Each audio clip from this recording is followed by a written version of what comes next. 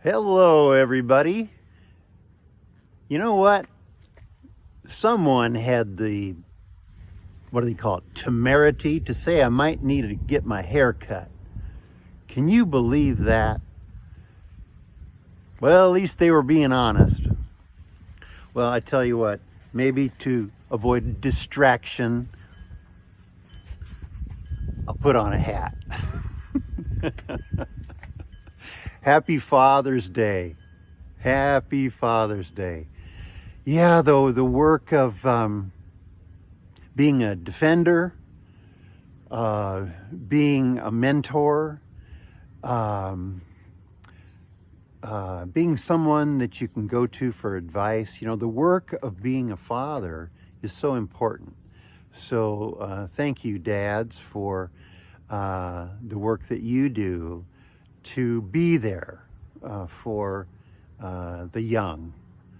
And sometimes you're kind of being father to your own kids, and sometimes you're being father to other people's kids, when appropriate. Yeah. So happy Father's Day weekend and happy summer solstice weekend. Yeah. Yesterday was the longest day of the year. Yeah, I looked it up, and apparently like over 50, closer to 16 hours of light and then 10 hours darkness. So this is as good as it gets. And we know where it's headed as the days get shorter. Yeah. Boy, I'm enjoying this weather, and I hope you are too. Back in the day, they used to have this stuff called football games. Yeah, football games. And part of the fun of watching football is to text. If you've got a smartphone and you are so inclined, you can text friends and family and comment on how the game is going. So through the whole game, you can just have a running stream of here's how I'm feeling they're doing. So I'm watching a game with my son is at his house, I'm at my house, and we're just texting like crazy to each other. When the team is doing well, we're just joyous. And then when the team is not doing well, and I was when the team was not doing well, I would occasionally use language like when you hit your thumb with a hammer. I was kind of talking that way. And then I asked my son about his cat. And I got back a text saying, "What cat?" And I realized somehow, instead of texting my son, I had texted my Aunt Gracia, and she then was privy to my salty sailor language, which I don't think I'd used with her before. So like, oh, good grief. I was mortified. I was just mortified. On reflection, though, I realized I had not been entirely open and honest with Gracia about who I am. I hadn't held back very much, but a little bit. And maybe that's the way it's supposed to be with ants. I don't know. But anyway, I had held back.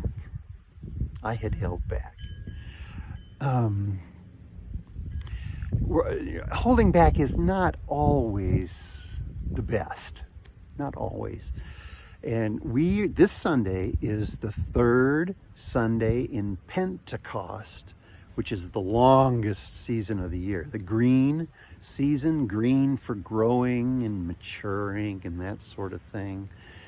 And it looks like what they're hitting on today, those who selected the texts for us to read. It looks like they're working on or helping us to mature, to grow up in our relationship with God, with others, to be honest when called for, when it's the thing to do, to tell the truth as it is.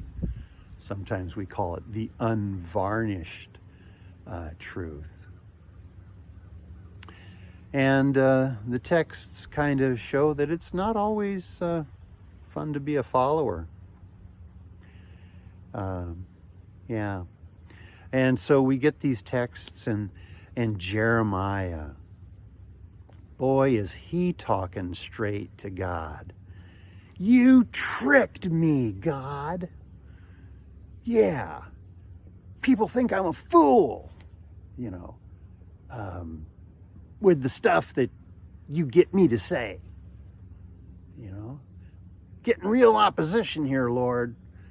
And Jeremiah is just going after it and just giving God what for. Man, wow, amazing. And then along with it, the writer of the psalm is doing about the same thing, saying, people are talking about me in public places, making fun of me because of you. Now, was Jeremiah's and the psalm writers' thoughts, their assessment of the situation, was it accurate? Or maybe, I don't know. But they were shooting straight with God. They were telling God exactly what was going on inside and up here, in here. Yeah. Now, Paul, the New Testament lesson for the day, he's talking with fellow followers of Jesus in a straight way. It appears that, and Christians have been known to do this all through the ages. Some of the folks have said, let's see. I sin, God forgives me, loves me, why not sin some more? Perfect kind of deal. And Paul is saying, no, no, that's not who you are. You belong to God. Your life is part of the message. Yeah, you die to all that living just for yourself, love yourself, but don't. There's more at stake here than just doing what you feel. Rise to your new life, or God has raised you up to a new life. Live it. Yeah. And then there was straight talk from Jesus too, and he was saying, guys, if people are angry at me because of my ministry, if you follow after me, if you do what I do, love the unlovable, tell the truth to leaders, hard truth, truth to power, I guess they call it these days, you're going to catch it, just like I did. Yeah. And he's saying that very strong stuff. Lose your life, give away security, and gain life. Grow in your freedom. You will experience new life and possibly opposition. That's just part of the trade. Yeah. Now, I think a good starting place for this kind of straight talk is that vertical relationship, the relationship with God. Yeah. Free yourself. to be honest with God. God, I'm not happy. God, where are you?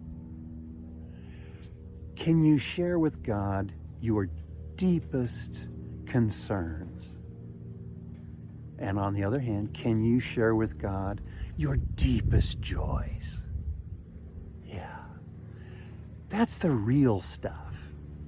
That's the real stuff. And the relationship deepens as we become more real and not holding God at a distance, but eye to eyeball with God.